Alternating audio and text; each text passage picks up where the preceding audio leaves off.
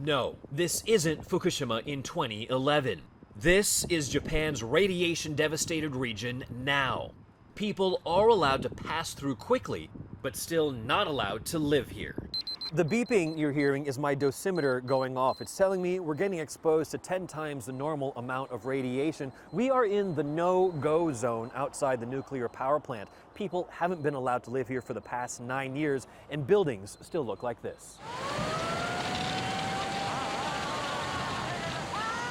In 2011, more than 18,000 people were killed after a tremendous 9.0 earthquake unleashed a towering 50-foot tsunami, triggering meltdowns in 3 reactors that cut power and water to millions. Maintenance and cleanup continue to this day, with the ruined reactors encased in new containment shields to wall off radiation. Tokyo Electric Power, or TEPCO, which still runs the plant, granted CBS News rare access to show progress being made. We geared up, from socks to vests and our own personal radiation counters. We had our baseline radiation levels checked to compare with when we leave, then headed out to the site of the world's worst nuclear catastrophe since Chernobyl. We're about 100 times normal background radiation. TEPCO employees say that this is safe as long as we don't stay here very long. This past week, a new movie about Fukushima was released in time for this anniversary, retelling a disaster that needed little to dramatize further. Robots are only just starting to survey damage done.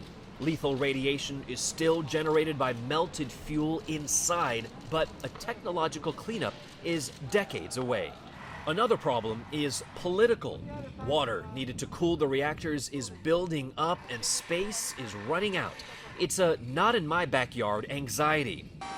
More than 1,000 tanks hold more than 1.2 million tons of tainted water. That can fill nearly 500 Olympic-sized swimming pools. The most pressing question now is what to do with all of this treated water. TEPCO says the most realistic option is to release all of it into the ocean and that it's safe. Kenji Abe, who toured us around, is Fukushima Daiichi's public relations manager. We're thoroughly inspecting fish and can confirm there's no fishery contamination, he says. And if we precisely follow national regulations on diluting water when disposing of it, there won't be any problems.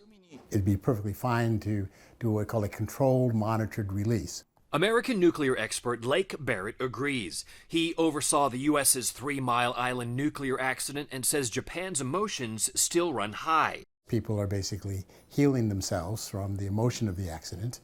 There is distrust. People feel what we call harmful rumors that people might not eat the fish, and there would be those concerns. And with Japan hosting the Summer Olympics this year, the torch relay is scheduled to begin in the country just minutes away from the nuclear plant. What do you tell people who are nervous about coming to Japan? Fukushima will be in the spotlight, says Abe. We want to welcome visitors with a credo of safety first. We're proceeding step by step toward decommissioning. I want visitors to be assured of our steady, clear progress made so far towards that goal. But that goal will remain elusive for a generation to come, with the burden of this historic cleanup and a trauma of the past few countries will ever know. For CBS This Morning Saturday, Remy Inocencio, Fukushima, Japan.